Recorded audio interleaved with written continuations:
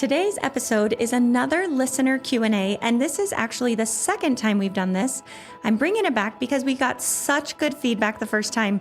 You all sent in fantastic questions on Instagram, and I am going to answer as many as I can on this episode. We're covering all the things: hormones, gut health, autoimmunity, general wellness, basically all the things that you might be dealing with but don't always get clear answers about. These questions are directly from you, and hopefully I'm going to answer them as if I'm talking to you today, right now, sitting across the table from you. If this episode is helpful, it would mean so much if you'd leave us a quick review or share it with a friend. That's what helps us keep showing up here and offering this support for free. I have lots of questions to answer, so let's get started.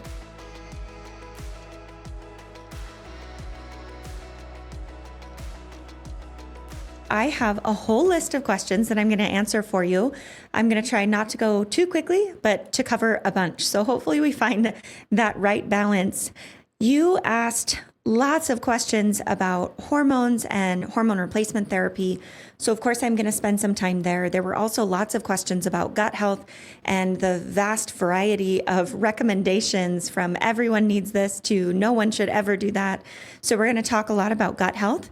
And then there's a fair number of general health questions like what to do about insulin resistance or high cholesterol, and then some mental health questions as well, and then some pregnancy questions. So we are going to just go through these different categories. I'll also encourage you to check out the list of podcast episodes we've had, because we have some really great in-depth answers to some of these questions in terms of some PCOS episodes, hormone replacement episodes, insulin resistance episodes. We are starting to get a really good bank of episodes there that cover these topics in such great details with some leading experts. So check that out and let us know if you find it helpful and if you have any other topic ideas, because we are always open for ideas. This podcast is for you. It's all for you. So if you have something that you want to hear, I'm ready for it. I'll do it. So let's start off with hormones, because this is such a popular topic, and for good reason, because media is telling us right now that everything that's wrong with us is due to our hormones. And it's not completely false, really. I think when we go through the perimenopausal and menopausal transition, it messes with a lot of stuff. So let's dive into that. One of the first questions that I had was, perimenopause is really affecting my sleep. Any tips? Yes, progesterone. If you are perimenopausal, progesterone does magical things for sleep. Some other supplements that I really like are L-theanine, glycine, magnesium glycinate has some crossover there, ashwagandha. I also really like tea. So like passion flower tea is a really nice way to support sleep. And then not forgetting sleep hygiene and checking your stress levels. With perimenopause, like I said, when we're in the perimenopausal phase of life or postmenopausal phase of life, so that would be like 35 to like 60, everything gets blamed on our hormones. And it's true that hormones are affecting everything, but that doesn't mean it's the only thing we can do to support those symptoms. So for sleep, we still want to go back to, do you have a dark room? Are you shutting down screens in enough window before you're trying to sleep? Are you doing some sort of, I call it a gateway routine, some sort of crossover from day to night, so you can tell your brain, we're done with the cares of the day. We're done with I call it fighting saber-toothed tigers. We're going to put that to rest. And now we're going to focus on just going to sleep. So do you have some sort of ritual or routine that's helping your brain understand that it's time to shift gears, but also progesterone? The second question is, I tried pellets and they made me feel terrible. What do you do differently? So I don't use pellets in my practice, mostly because of cost and because I don't think it's the right first line approach to hormone replacement therapy. Pellets, for those who don't know, are medicated implants that are placed into usually the hip, and they usually have testosterone. They can have estrogen as well. The trouble with them is they're meant to last for 3 months, which from a convenience factor is great. But when it's 3 months, if you get the dose wrong, then you're just stuck with it for 3 months. You can't do anything about it. The other thing that I don't like about it is they overdose inherently in the nature of what they do. They kind of give you a big whomping dose at the beginning, and then it slowly continues to disseminate into the tissues over the 3 months. And people are known to have higher levels of testosterone, sometimes higher than are physiologically safe, sometimes up into the male testosterone levels. So I don't love pellets because, like this person says, they can make you feel terrible. Many people have great experiences with pellets. I don't think the pellets are somehow evil. I think they're more expensive than is necessary, and it's hard to get the dosing right. But the time that I do think pellets can make sense is if you have been stable on testosterone and estrogen and you are postmenopausal. I think if you're perimenopausal, your dose is going to change at some point, so that doesn't make as much sense. But if you have already stopped having periods and you know exactly what doses of estrogen and testosterone you're happy with, then you could consider a pellet, but they're still very expensive, way more expensive than other HRT. So what do I do differently? I do not do pellets. Usually we start with progesterone, then we add estrogen and or testosterone depending on symptoms and age and what's right for that patient. What hormone is causing me to get crazy itchy right before and during my period? Usually that's either a elevation of estrogen and or a deficiency in progesterone. Neither of those hormones actually cause itching, but there is a link between estradiol levels and histamine makes you itchy. So very frequently, if women have a condition with histamine, the most common is called histamine intolerance. It's not accepted in conventional medicine necessarily, but the idea is that as your estrogen levels surge, it can increase histamine levels and increase histamine sensitivity. And so as the estradiol levels surge, you can get more of these histamine symptoms. Mostly that's itching. It can also be moodiness, brain fog, insomnia.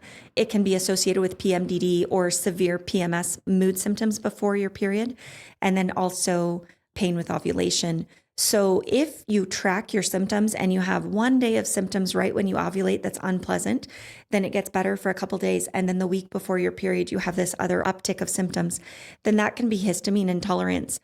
One of the things that you can do as a little science experiment is to take antihistamines like Claritin, not Claritin D, but Claritin.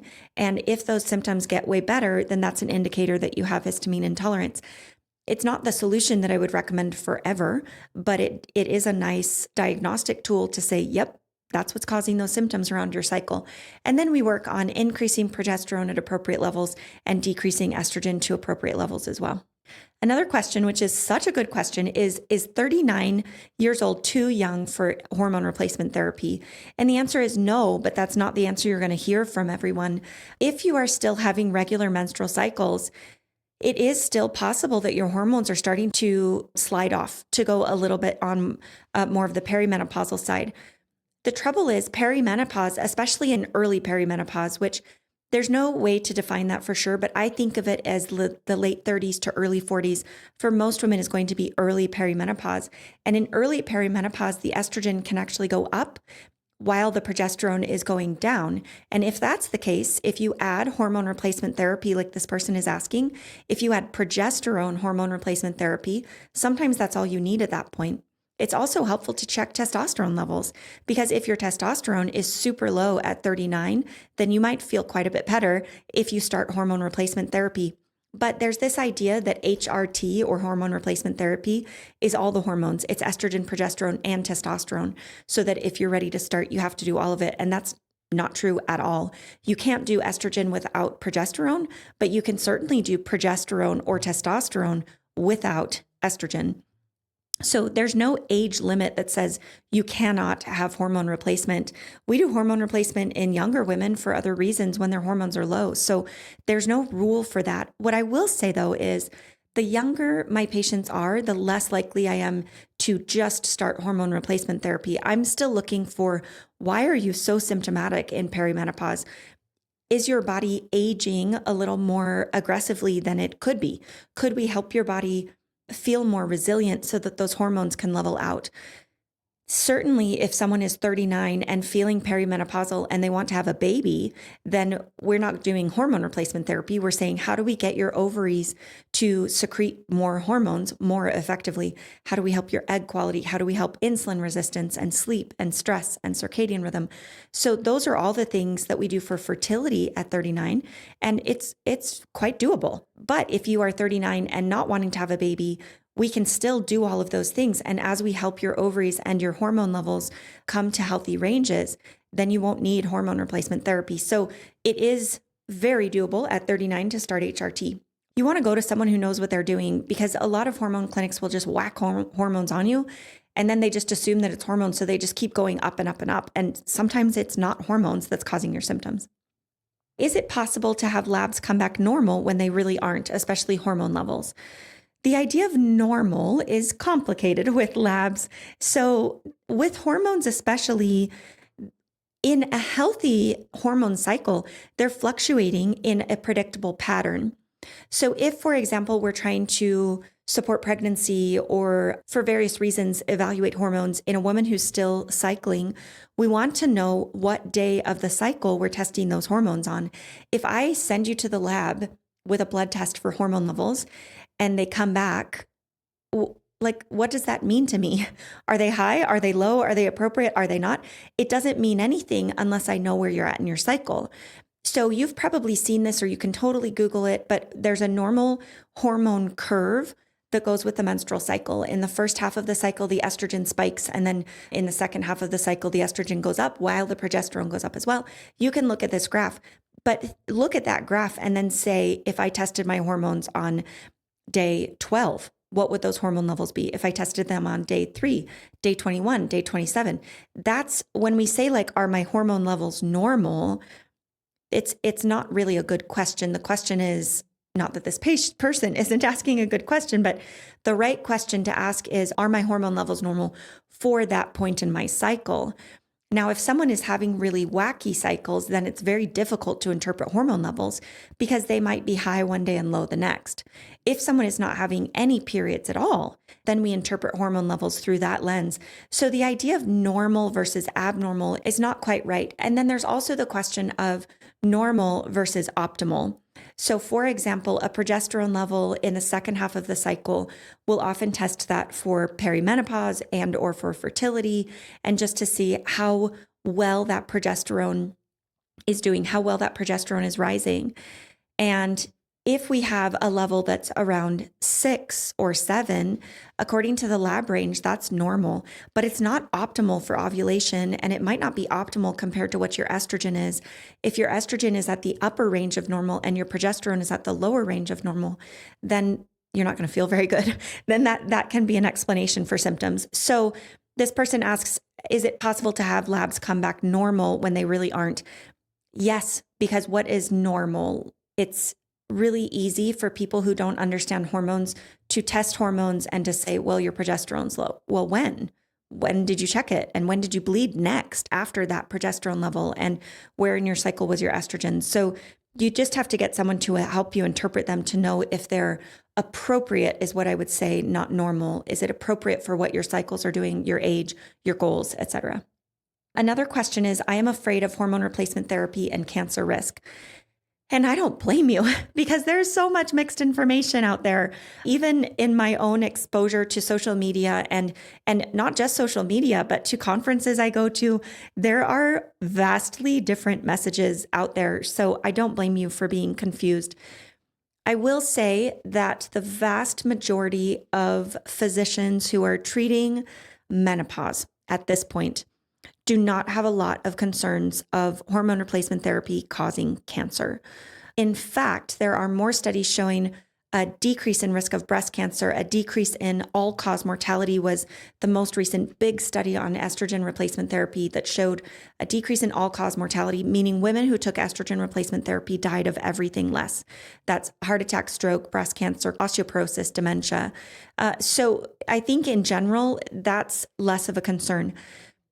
As with anything, we want to look at the big picture. So again, I might rephrase this question. I'm afraid of HRT and cancer risk.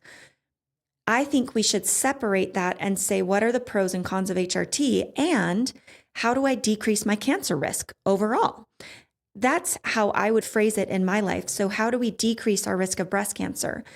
We avoid insulin resistance and prediabetes. We limit our alcohol intake. We avoid being overweight or obese because that's associated with increased risk of breast cancer. Stress and sleep, those are all associated with increased risks of cancer. So could there be a tiny increase with hormones? I will say yes, because hormones are supposed to do certain things and they're supposed to be in certain balances, and your body has to know what to do with those hormones. And I don't think that we fully understand this and the implications on breast cancer, we do know that there are certain breakdown products of estrogen called metabolites that are associated with an increased risk of breast cancer. So if you have estrogen your whole, reproductive years, if you have estrogen and your body's not doing the right thing with it, is it possible that you have an increased risk of breast cancer? Yes, that's possible. If we then give you hormone replacement therapy estrogen and you're still not doing the right thing in your body to metabolize that estrogen, is it possible that that's going to increase your risk of breast cancer? Yeah, theoretically. We don't have data on that to my knowledge. But my point being, we should optimize the whole person. So I don't think there needs to be a lot of fear around HRT. I prescribe it all the time. I think it has so many benefits. And we should optimize your health in general to decrease the risk of cancer overall, and especially to decrease the risk of hormone-associated cancers. I think there will be data coming out, I predict, in the next years looking more at this idea of how are our bodies processing the hormones that we have, because bodies aren't created equally. So if you take 100 women and you put them on HRT and one of them gets cancer, then that's going to say, well, that's the normal rate. But could we help that woman not get cancer? Is she metabolizing hormones poorly? Is she drinking alcohol in a way that is causing stress to her body and leading to cancer? There's just more we can talk about from a one-to-one personalized medicine standpoint. So more than you asked for, but I am afraid of HRT and cancer risk. I wouldn't be too concerned about that. But I would do HRT and I would optimize cancer risk, period. I would optimize health. That's my approach. Now, what's my best advice for dealing with painful periods? Painful periods can be a really mixed bag. I think it's one of the more complicated hormone things that we deal with because it can be so multifactorial. There are lots of reasons why someone could have painful periods, from inflammation, chronic infection in the uterus, endometriosis, fibroids. Adenomyosis is another condition that's caused by estrogen imbalance. Inflammation, some people like with celiac disease or gluten sensitivity, non-celiac gluten sensitivity can have painful periods when they're exposed to gluten. And then as you cut gluten out, the pain can go away. Same thing with dairy. Some people have dairy sensitivity. And as you remove dairy, you can have improvements in painful periods. And then you have a whole other class of painful periods, which is more chronic pain related, trauma related, childbirth related.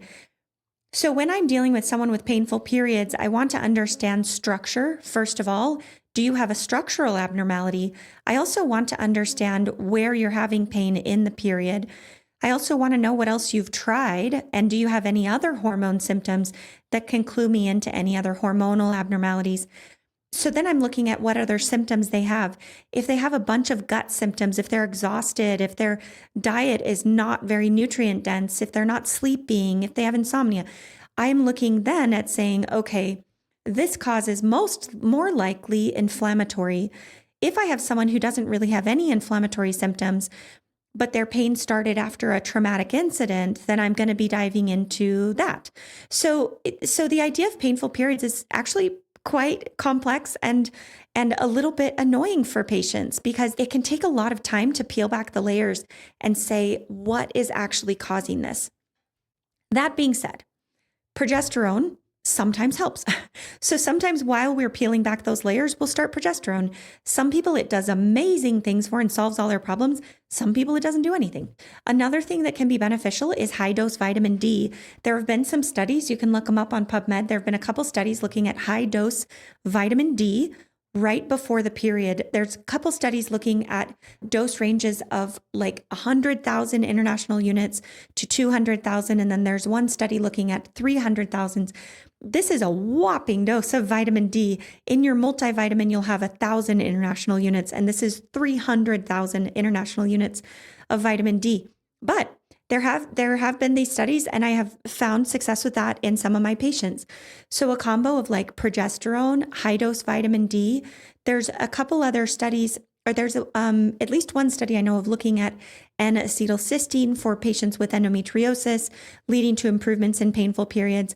And that's something that can be fairly safe to try. But what I would say is find help. Have someone help you break it down for you. In my clinic, I don't know how my patients feel about this, but I will often, to get my brain straight in these complex topics, I will often draw like a diagram. I have to draw like a bubble in the middle with the diagnosis or the symptom. So I'll put painful periods in the middle. And then I draw like spider legs out from that to say, okay, let's think through what are all the possible things that could be contributing to painful periods? And then I make a list of all of those things that I just mentioned. And then we go back one-on-one, and the patient and I will kind of eliminate some of these. Like, you haven't had any of this, so we can eliminate this. You tried vitamin D, it didn't work, so we can eliminate that. You tried gluten and dairy free, didn't work, so we can eliminate that. And so going through that together in a process can feel much more organized and can feel much more empowered, instead of me saying this and then you being like, oh, great, how am I supposed to chip away at this myself? It can be really hard. I also think there's lots and lots and lots of supplements out there that claim to help with this. And I'm not opposed to trying them, because some people will find them helpful. You will see them. Those influencers who find them helpful then will talk about them nonstop. And your brain will think, gosh, I've heard this 100 times, so it must be legit. But really, there's so many different causes that one person is going to find luck with a supplement and 8 other people it's not going to do a thing for. So I prefer to take a more organized approach to it. So not super helpful, but I will say there is hope. There is definitely hope for managing painful periods. When you're a women's health expert like I am, you get to talk about a lot of taboo topics for women, and that includes periods and how inconvenient they can be, among other things. I grew up in the era of only tampons and pads, and I am so glad that we now have better options. I switched years ago to using period underwear and a menstrual cup combined, and I will never go back. I've tried several brands, but the brand I'm really loving is Salt. That's S with 2 A's. LT. Their cup, discs, and period underwear are not only comfortable and reliable, they also take extra steps to make sure that when you're using products in intimate places, that they're not going to release toxins like PFAS or other chemicals that we really don't want to be absorbing into our bodies. Plus, they're more sustainable and more cost-effective compared to traditional products, which is a win in my book. We love that Salt's products are made with medical-grade silicone, free of toxins, and designed to actually fit real bodies and lifestyles. Whether you're brand new to reusable period care or looking to upgrade, we highly recommend checking them out. And please, if you have a teenager who's starting to have periods, please get them some period underwear. All of us who are older know what it was like to walk around with a sweatshirt tied around your waist. Let's get rid of that. Just get them some period underwear. Click the link in our show notes to shop Salt and explore all of their options, and you'll see why so many of our patients are making the switch. Now back to the episode. Second question in that line is, do you have any information on PMDD? PMDD is premenstrual dysphoric disorder. So this is really terrible PMS. It's not actually PMS, but it's really terrible mental health symptoms that come on right leading up to the period. And I don't know if I have any PMDD information that I've shared socially. I'm sure there's some social media clips somewhere about it, but we do have a podcast episode coming up on PMDD that'll be really helpful. And in general, PMDD is another thing like painful periods that can be really tricky to treat. Progesterone is usually first line. So trying progesterone, that can be helpful. It's different than progestin, which is in a birth control pill. Some people will find improvements in a birth control pill, and that's a longer conversation about pros and cons. But with PMDD, it can be so severe that if someone finds something that helps, then I'm more likely to be like, okay, let's stay there. Let's keep doing that and deal with any negative repercussions of that. Because PMDD can be life-threatening. It can be really life-altering. It's something that for some women threatens their marriages and threatens their relationship with their children 2 weeks out of the month. Well, that's half the month, which is half your life that is affected by something that feels like it's out of control. You know, you're being affected by hormones. So the first thing I would say about PMDD is, number one, track your symptoms. If you're struggling with mood, track your symptoms. Is this happening all the time? Because that's a completely different set of diagnoses and treatment options. If it's truly just the luteal phase, just the 10-ish days leading up to your period, then that's going to be more consistent with PMDD. So very frequently I'll start with progesterone. Antihistamines can be really helpful. Just plain old Claritin can be really helpful for people. After that, then we have to get a little fancier. And same thing that I said with painful periods, I have to know what else is going on in the body. And this is something that I think as women, we undervalue. And the medical system has created this because you go to the doctor and your gynecologist says, I don't want to hear about your hair loss or your gut, your diarrhea, your constipation, your bloating. Like, I don't know anything about those symptoms. So you need to go talk to your gastroenterologist about those. If it's okay with you, this is your gynecologist talking, right? If it's okay with you, I just want to hear about your symptoms leading up to your period. For me, that's not how I work. I have to know what all of the other symptoms are so I can start to put puzzle pieces together. Because if it's isolated, then I have one set of treatment options that may work. But if you have 18 other symptoms, then we're going to help optimize the body. And the magical thing is that as we optimize the body, a lot of symptoms get better. So sometimes we don't even know which part of our optimization helped with which symptom. We just know that as the body gets healthier, symptoms go away. So PMDD can be really hard and it can be really frustrating. There can be nutrient deficiencies associated that can make it worse. There can certainly be food sensitivities and inflammation and gut health that can make it worse. Histamine can make it worse as well. So it is complicated, but stay tuned for more information on that from an episode we have coming up. I like this one, and then we'll wrap up hormones here. This one says, my opinions on free bleeding. This is where social media is just my favorite because there's so many things that you never even thought about and never even considered would be important. And then now the internet is telling us that you're not a real woman if you don't free bleed. So for those who don't know, free bleeding means you are having a period without using any sort of tampons or pads, that you're really just not obstructing the body. You're just no cups, no IUDs, just let the blood come out. I have zero qualms with anyone who wants to try free bleeding. I do not care if you free bleed. I also have zero qualms with using other products to help with the cleanliness process that is a period. I think that there are anecdotally some women who really feel better. What I will say from my own clinical experience with patients is there are some people who don't feel good with tampons, and that's organic or not organic cotton tampons that will say, when I don't use tampons, my periods are less painful. That I will say, I have seen that be a thing. So trying to have a period without a tampon is something, if you're struggling, by all means, try that and see if it works. I think a menstrual cup or a disc or a pad, I have zero qualms with that. I'm a big fan of the period underwear. I think it's such a good invention, especially for younger women having periods that can have really embarrassing episodes with leaking and with staining. And life is too hard to go through that if we don't have to go through that. So I am a big fan of period underwear. So if you like free bleeding with period underwear and that works for you, I think I'm a fan. I think it's great.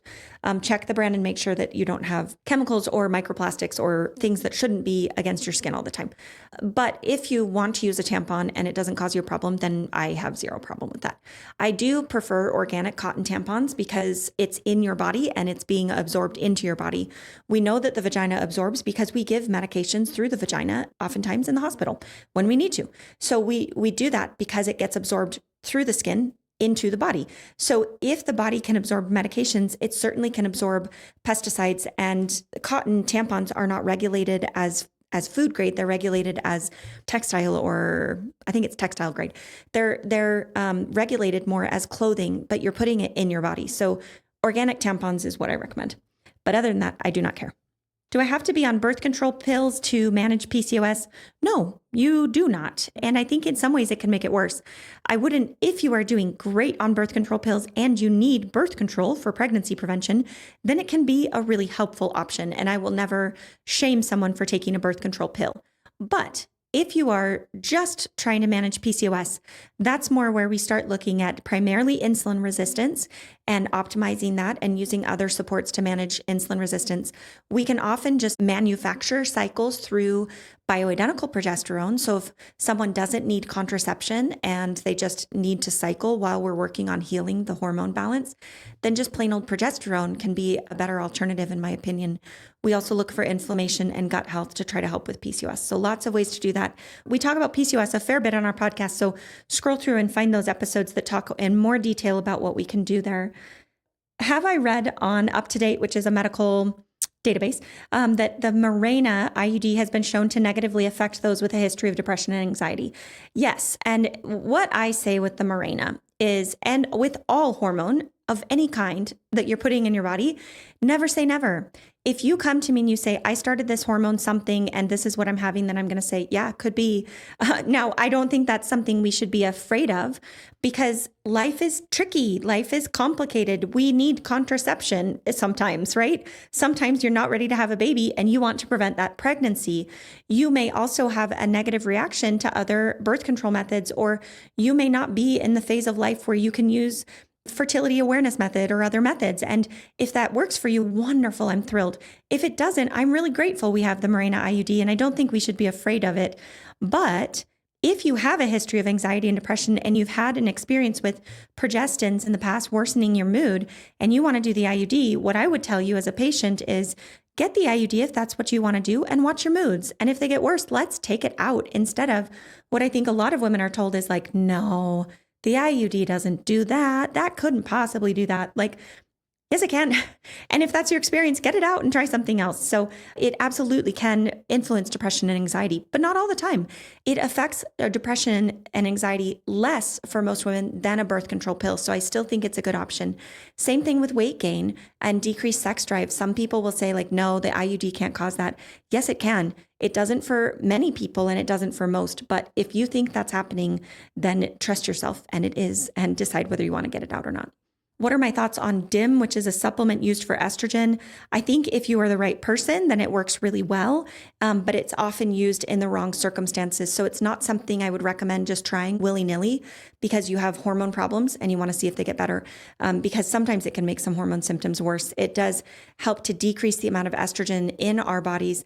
And there's this idea that we all have too much estrogen, but actually there are problems with not enough estrogen. And if you take that, then it can make it worse. Do I prescribe only estrogen to women with a hysterectomy? No, I like progesterone. I think we should all have progesterone with our estrogen. It balances other places in the body, like the brain and the breasts, in ways that we don't know.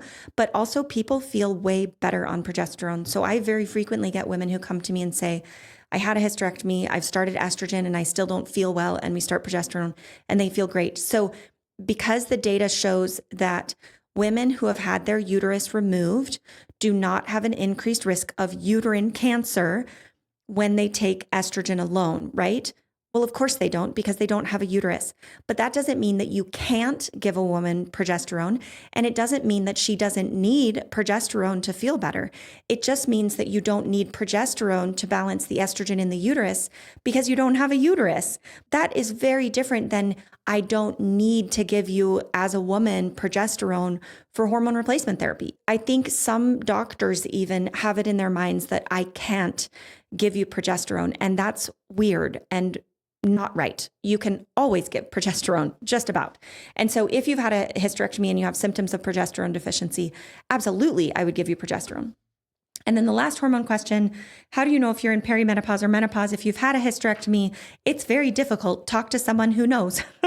If you are between the ages of 40 and 50, you're probably, and having a bunch of symptoms, then you're probably in perimenopause and menopause. How do you know when you're officially menopausal and postmenopausal, meaning 0 periods? You won't. I don't know that it really matters.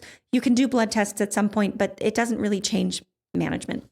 Let's move on. Do you need a breather? Do you need a break to catch up? I told you it's going to be rapid fire, so hopefully you find this helpful. Let's move on now to gut health, because this was another one that I had a lot of questions with. Do I have a recommendation for a quick gut reset or anything to eliminate that helps? Yes and no. I suppose it depends what you mean by quick.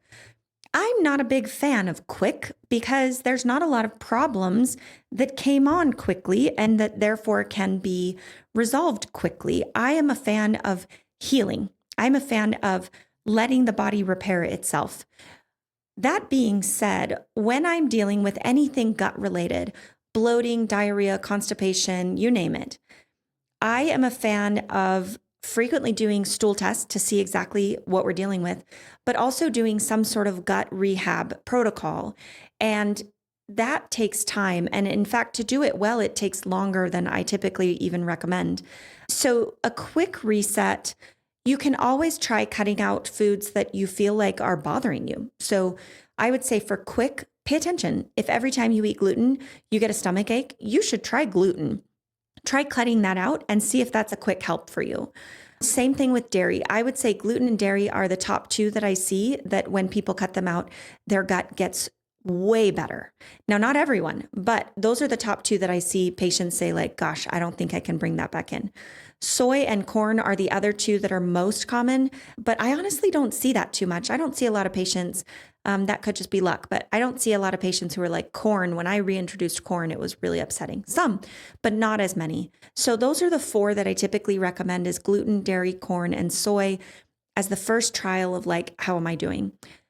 Nuts and seeds for some people can be upsetting to the stomach. So that's always worth just paying attention. I think with this movement away from dairy, there's lots of dairy substitutes and lots of gluten substitutes that have almonds. So almond milk, almond flour, and almonds can be a little bit hard to digest for some people. So that's worth thinking through. Like, when did the stomach stuff start? And did I make any dietary changes? Another one that goes under the radar that's a little bit new to me that a patient helped me learn was stevia, actually. So we know that various sweeteners can disrupt the microbiome, including some forms of stevia, but stevia is in everything now. It's in protein bars and just about all of our protein shakes, all of our flavored drinks. The flavored electrolytes frequently have stevia in them. And I'm not opposed to stevia, but if you are really dealing with stomach stuff, then that can be a nice thing to eliminate. And you can do these one at a time if the full elimination feels too restrictive to you.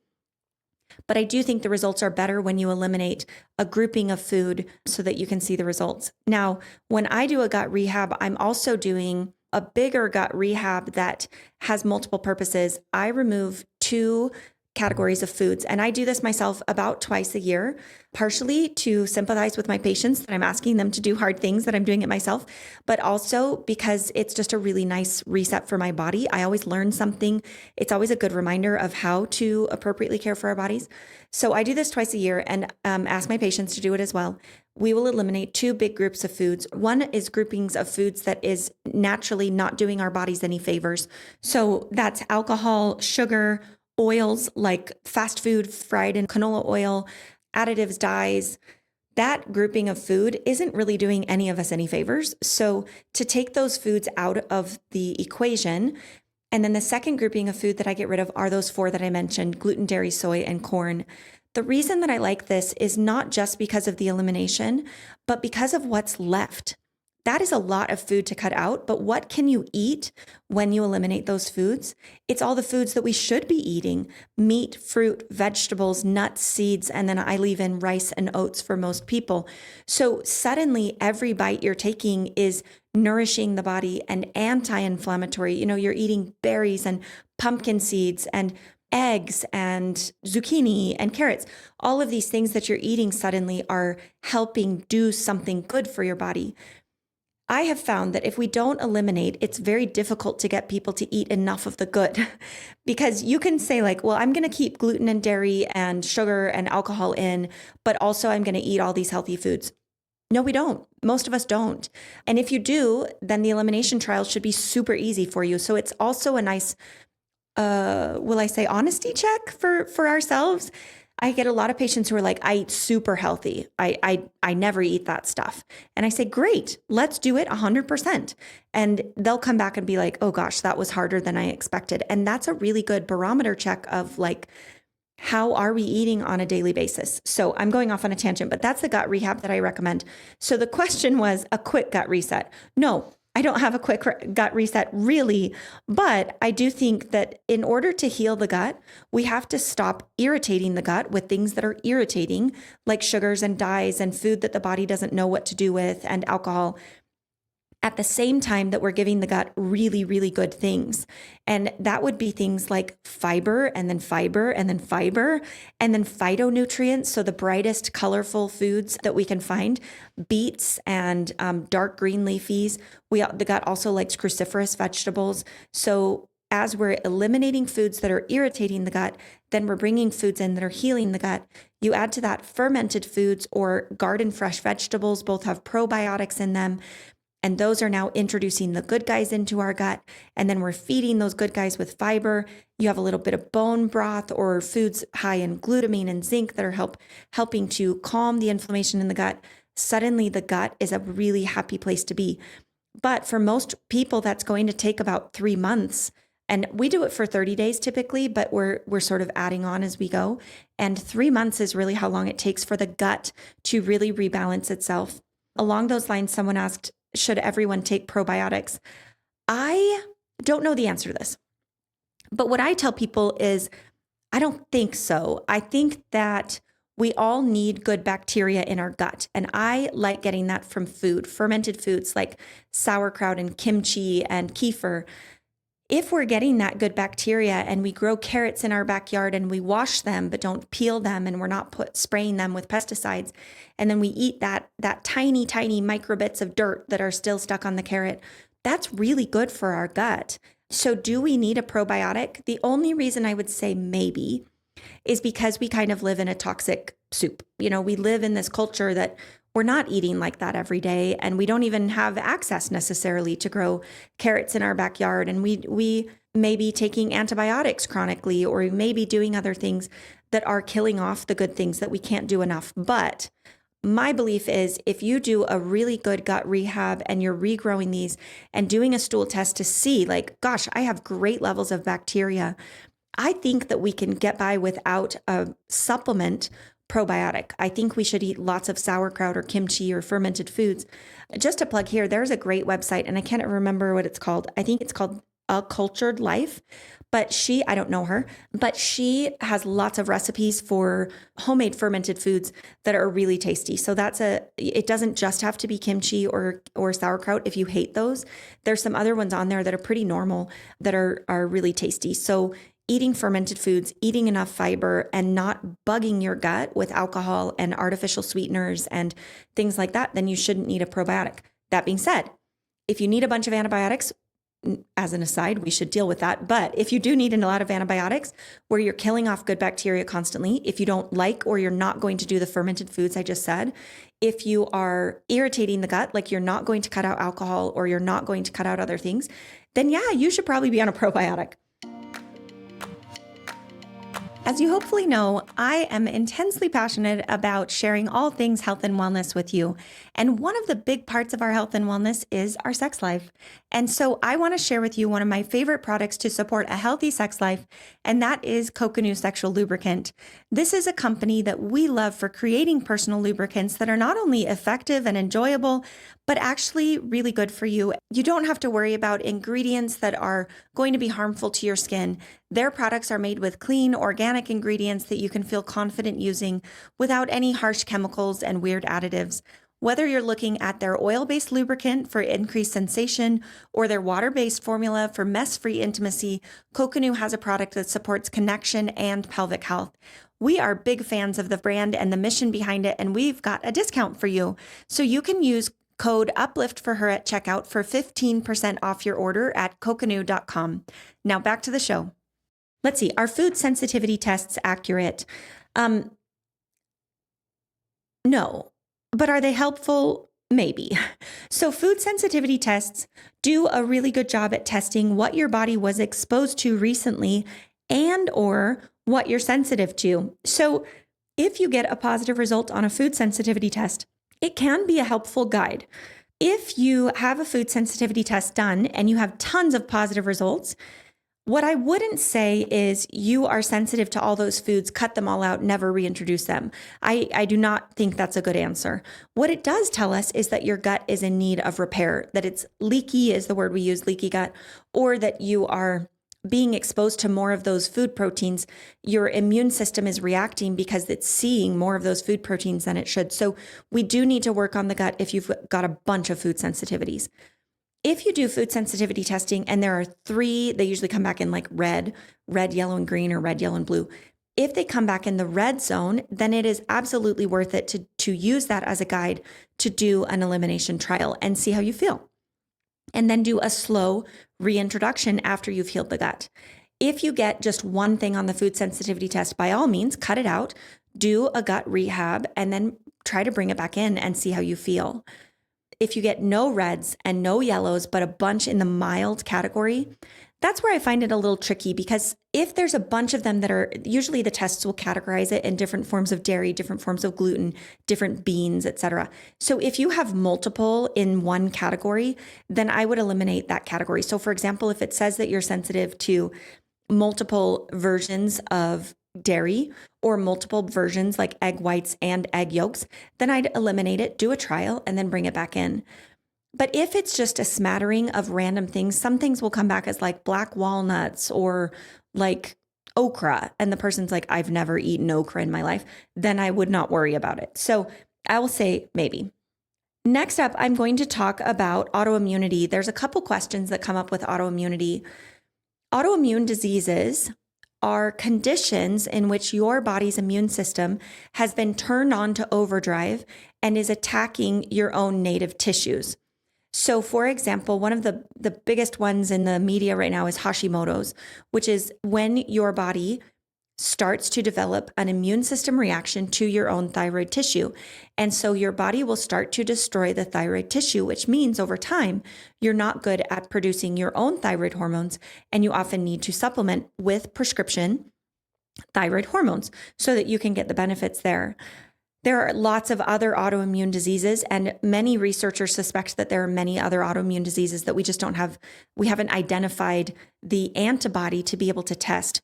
So when we think you have an autoimmune disease, we will do a blood test that can test for the downstream effects of the autoimmune disease. In thyroid, that would be your thyroid hormones. And then we also, where possible, check the antibody to the tissue. So in that example, in Hashimoto's, it's usually thyroglobulin antibody or thyroid peroxidase antibody. And those are the antibodies we can check in the bloodstream. And if those are super, super high and your thyroid levels are very, very low, then we know that you have an autoimmune disease that is destroying your tissue, that is making you hypothyroid. There are other examples of the body destroying native tissue: rheumatoid arthritis, celiac disease. These are examples where your body attacks a certain tissue and then causes downstream effects of that. So when we're dealing with autoimmunity, one of the things that we want to look at is preventing ongoing tissue damage. Let me back up. So when we're looking at autoimmunity, in the conventional medical world, one of the first things they'll do is to see, how do we replace what's wrong? So in hypothyroidism, we want to give you thyroid hormone. Frequently, it ends there. The next thing in conventional medicine they will often do is to prevent ongoing damage of the tissue. In conventional medicine, there's no real pathway for doing that. They just say your body is attacking your thyroid tissue. Let's just keep adding thyroid hormone and so on. In other things like rheumatoid arthritis, where the tissue being damaged is actually in the joint, it's the tissue of the joint itself, then we can't just fix any downstream. There's nothing to replace in there. So the rheumatologist will help to decrease damage to the tissue itself because it can be debilitating. Those are both really important steps. So in conventional medicine, when we identify an autoimmune disease, those are the first time-sensitive approaches we need to take. We need to make sure that we can fix what's missing, and then we need to see if we can slow tissue damage. So typically we're using prescription medications to replace that, what's missing, and then using prescription medications to kind of shut down the immune system, things like methotrexate and biologics, to help just say, like, immune system, chill out, like stop killing this tissue. And I get patients sometimes who will say, I don't want to take those medications. And that you really have to think about it from a case by case, because if you have ongoing tissue damage, the first priority has to be to get that tissue damage to stop, because we can't always undo it. Even in functional medicine, we can't undo tissue damage like that. So sometimes the medications are really beneficial to get this to calm down. From a functional medicine perspective, we like to take it a step further and say, why did this happen? Why did your immune system start attacking your own body? Why did it get upregulated like that? And there are different things to think about in that. One of them is, could you have had an infection at some point that triggered the immune system that caused this cross-reactivity, and now the immune system is kind of run astray and now it's overreacting? That can happen. And so sometimes we're looking for any chronic infection to treat. Some examples of that are gut infections, SIBO, sometimes parasites, sometimes other infections like that, sometimes viral infections that are tricky because we can't treat viral infections as easily as like treating a parasite with an antiparasitic agent or treating a bacterial infection with an antibiotic. But the idea is there an infection that's continuing to spur on the immune system? Another kind of sneaky little infection we'll find sometimes is dental infections. So if you've had a root canal or a dental implant, then oftentimes there's no nerve there. In order to pull the tooth or to do the root canal, they remove the nerve. And that means there's no sensitivity there to detect if there's ongoing inflammation. So it's a little bit easier to have sneaky infections up behind the implant or the root canal that can just be brewing there and triggering the immune system constantly. So the immune system is just like trying to be helpful and kill everything, but in the process, it's also killing our native tissue. So when we're dealing with autoimmunity, we're looking for chronic infection or hidden infection that could be triggering that immune system. The second thing we're then doing along those lines is to say, can we get the immune system to chill out a little bit? Can we boost the good part of well, they're all good parts of the immune system, but can we boost the part of the immune system that may be struggling to kill off the infection? And can we calm the immune system that's stuck in overdrive and inflammation and in autoimmunity? So that's kind of one of the first things we think of when we're dealing with autoimmunity. Another big thing that we see with triggering autoimmunity is stress and nervous system regulation. So frequently you'll find when you ask patients, when did these symptoms start? And they go back and back and back. And it'll be like, well, it started with, that traumatic episode I went through, whether it was a divorce or a parent passing away or a very difficult time as a parent or, whatever the case may be. After my car accident, after a really terrible illness I went through, oftentimes it's that stress that kind of puts the body into aggressive fight or flight, not just in your mind, but in the body. The body's mechanisms are actively, overly, aggressively looking for danger and fighting somewhat in the immune system as well. So calming that stress response and recovering the nervous system, not just saying like, well, that was this traumatic thing I went through 8 years ago. Like, I'm over it. It's not an issue anymore. It doesn't mean your nervous system ever decided that you were safe. So sometimes we have to recover the nervous system and say, I'm so glad you dealt with it, but has your body gotten back out of that mode? And that can help decrease the ongoing damage of the nervous system. And then there's some other things. Gut is really big in autoimmunity. And so doing a stool test, seeing how your leaky gut markers are, do we need to rehab the lining of the intestine? Do you have enough good bacteria? Do you have too much bad bacteria? Are you digesting well? We have to really make sure that everything in the gut is going well. This can be annoying for people because if you have Hashimoto's thyroiditis and your thyroid is well managed on medications, it's going to be tricky and you feel okay. It's going to be tricky for me to be like, you know what we should do? We should do a bunch of nervous system work and a bunch of gut healing work and double check that you don't have any infections. For some people, it just feels like too much. But if you are the person who's like, I am not getting better, what is going on? That's when we do have some avenues to say nervous system, gut, chronic infections first up. Now, we also look at heavy metals or other toxins or other things that may be burdening the system, but that for me doesn't come up quite as often, but it's still there and we can still manage that. And then also, do you have any nutrient deficiencies? I don't think that's the main trigger here, but certainly it's part of the allowing the body to heal is making sure it has enough of what it needs. So that's the general recommendation for autoimmunity. The question that I didn't read was, what do I suggest for autoimmunity? How can I support my autoimmune condition holistically? It's big and you need comprehensive care. You need someone who's going to think about, I've talked about it before, but pillars, right? I have my pillars and my foundational elements of health. And if you have an autoimmune condition, especially an unstable autoimmune condition, or multiple autoimmune conditions. So if you also have lichen sclerosis, or you have an inflammatory bowel disease, or you have psoriasis, if you have multiple autoimmune conditions, then we really need to take this comprehensive approach to see where are the most important areas for us to dive into and to help your body recover. There's also specific questions about Hashimoto's, and Hashimoto's I would do all of the things that I just said. There are some other helpers. We think about, you'll hear this over and over, but making sure that you have selenium, making sure that you have iodine, which is tricky because you can overdo it with Hashimoto's, and then also supporting stress levels. Myo-inositol is a supplement sometimes that can be helpful there. And then this says, what can you do to support thyroid health when your levels are borderline? I'm going to be really honest. There's a bunch of thyroid help supplements out there, and I have used a bunch of them with patients, and I have yet to find a patient that had borderline thyroid levels. The only thing we did was add the thyroid supplement, and they came back and their thyroid levels were way better. I just haven't seen it. I would take the thyroid as a reflection of how your body is doing. Do you need stress levels controlled? Do you need to sleep? How's your circadian rhythm? How are your nutrients? Is your gut working to absorb the nutrients that you were supposed to be absorbing? How are your cortisol levels? Like, if you really want to dive in, I would be looking more at inflammation and holistic healing rather than just the unique supplement to help with thyroid health. All right, we have time for one more kind of big topic area, and I think I'm going to do the general health questions because I think they're really good. What are my thoughts on ketamine therapy? I think it's a really great opportunity that we have to try things when we're stuck. So if you are struggling with mental health and it's not getting better, then that can be a good option. But I also think that a lot of ketamine clinics do not do it well, and it can be damaging, not necessarily physically, but it is opening up emotional channels to help soften them and to steer them in a different direction.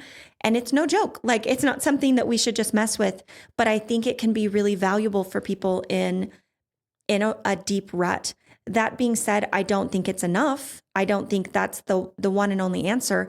I think we need to say, what is happening in the body that got you in this rut? Do you have inflammation? Do you have metabolic disease? Do you have insulin resistance? Any symptoms of that are going to change the way that the neurons in your brain are firing? We get way better results when we pair the appropriate treatments for the right people. So I wouldn't say just go do ketamine and call it good. It's delicate, but I'm very grateful it exists, and I think there's good things happening. White coat hypertension, what to do about it? One of the things you can do, that white coat hypertension means that your blood pressure is high every time you go to the doctor. The first thing we want to know is it white coat hypertension or is it just chronic hypertension? So whenever I have someone with white coat hypertension, I recommend they get a blood pressure cuff. Honestly, we should all have a blood pressure cuff at our house. Now they're $20 to $40 on Amazon. Like, just go buy a blood pressure cuff and keep it there. As you age, you're going to want it. So then you can check your blood pressure as needed. And if you're checking it at home once a week, you don't have to be crazy about it, but once a week, check it at rest, and your blood pressure is at all borderline, then that's chronic hypertension. It's not white coat hypertension. It's chronic hypertension that gets exacerbated. If it's totally normal every single time you check it at home, then it's white coat hypertension. So what do we do with that? Number one, you bring your blood pressure log from home every time you go to the doctor and you say, I've checked it every week for the last 4 weeks. Here are my numbers. And if they're 110/70, then your doctor feels way better and they say, great, try to chill out when you come here. Now, otherwise for white coat hypertension, you can kind of advocate for yourself to making sure that you check it appropriately. When you're checking your blood pressure, your feet should be flat on the floor. So you should uncross your legs. If your assistant doesn't ask you to do that, then go ahead and do that. You should also not talk to the nice person taking your blood pressure because it can raise your blood pressure just a little bit, just talking.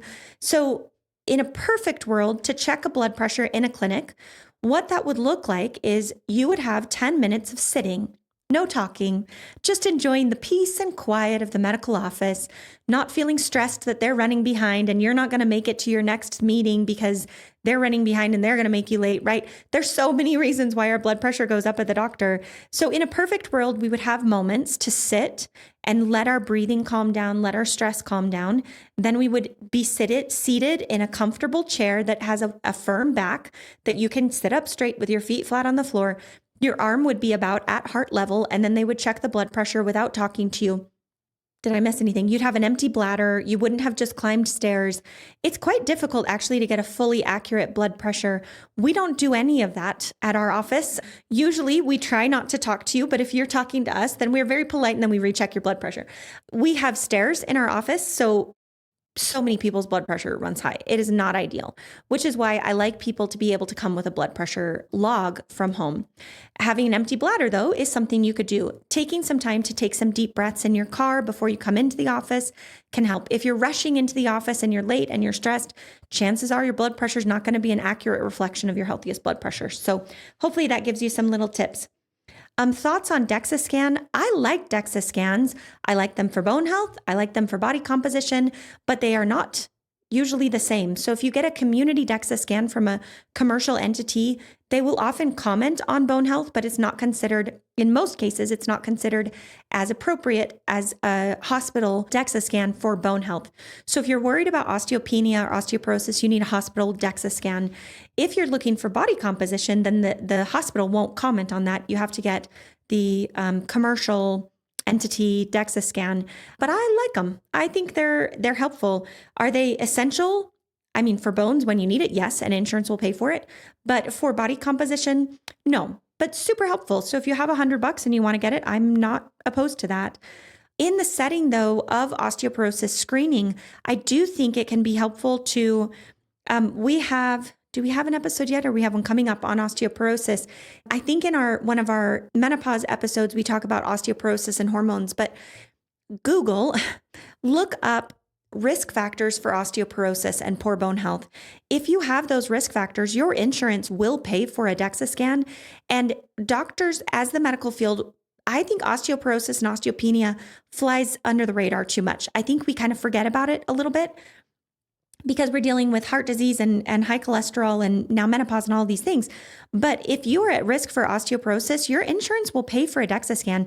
They're not that hard to get covered. If you have early menopause, if you had your ovaries taken out early, if your mom had osteoporosis and had especially a fracture, if you've had a fracture that doesn't make any sense, if you've had multiple fractures from low impact, I believe insurance pays for it for being on chronic steroid use.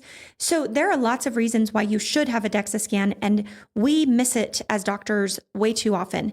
So finding out, the recommendation is to have a screening DEXA scan at 65. I kind of think that's too late for, like, what are you going to do at 65 to reverse osteoporosis? There are things you can do to help, but they're a lot easier to do when you're 50 and 55 than when you're 65, like starting to exercise or starting to bear weight on your joints. You want to make sure that you know where your bone health is. So look and see if you qualify for an early DEXA scan, and then just ask your primary care. It should be covered. It's not hard. And if it's awesome, then wait 10 years and get another one. What to do about low bone density? Mostly it's a matter of nutrition, inflammation, and bearing weight on your joints. So walking, vibration plates are having their moment in social media. I think they can be beneficial, but if you have osteoporosis, they can actually cause damage. So there are also ones that are way too aggressive. So you want to kind of do research and understand which vibration plate is appropriate for you. Jumping is great. You could jump in place every time you put something in the microwave, and that's super beneficial. Making sure you have appropriate levels of vitamin D and calcium. Don't just take calcium. You need to know what your levels are, because most people are appropriately getting calcium in their diet. Even if you think you're not, oftentimes the calcium levels are okay. But vitamin D, very frequently, were low. So I would aim for calcium-containing foods and vitamin D as you need it to supplement bearing weight, and then really looking at inflammation. If you've got a bunch of other symptoms, address those from a holistic perspective with functional medicine, or someone who's really going to go through those pillars of gut health and movement and nourishment and sleep and stress and all of those things. All right, that was a long episode. If you stayed with me, I hope it was helpful. We'd love to hear from you. We always want to hear from you. If there are things you want us to cover, if anything piqued your fancy and you want me to dive in more, please reach out. You can reach out on Instagram. You can reach out through our website. You can leave a comment on YouTube or any of the podcast sites like Spotify or Apple. And please leave us a review if you don't mind. That's really helpful for us to get the word out so that we can keep doing this, because we love doing it. I love doing it. And I hope it's good information for you. Like I said before, this is just for you. So if it's helpful, let me know and we'll keep doing it. And with that, I'll see you next time. Thank you so much for tuning in to today's episode. We are grateful for the incredible support from our sponsors and to all of you listening. We couldn't do this without you. If you enjoyed this episode, please consider subscribing on your favorite platform. You can find us on our website, upliftforher.com, YouTube, Apple Podcasts, Spotify, or wherever you love to listen. And if you found value here today, please share this episode with someone who would benefit from it. Leave us a comment or give us a review. It really helps us reach more listeners like you. Thank you for being part of our community. Stay tuned for our next episode. Lastly, this information is for educational purposes only and not intended to be medical advice.